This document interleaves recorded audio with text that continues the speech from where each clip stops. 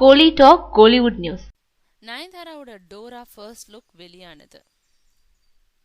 மாயா படத்துக்கு அப்புறம் நயன்தாரா லீட் ரோல்ல நடிச்சிருக்கோம் இன்னொரு ஹாரர் படம் டோரா.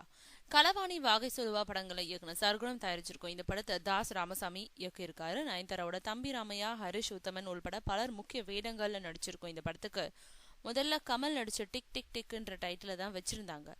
பின்னாடி அதை மாத்தி டோரான்னு வச்சாங்க. ஏற்கனவே நயன்தாரா நடிச்ச மாயா படத்தை மாதிரி அமானுஷ்ய கதையில உருவாகி இருக்கும். இந்த படத்தோட ஃபர்ஸ்ட் லுக் நேற்று இரவு வெளியிடப்பட்டது. அதுல இரவு நேரத்துல சாலையில வந்துகிட்டு இருக்கோம் ஒரு காரின் முன்னாடி நின்று அதை நயன்தாரா மறிக்கிறது மாதிரி காட்சி அமைஞ்சிருக்கு.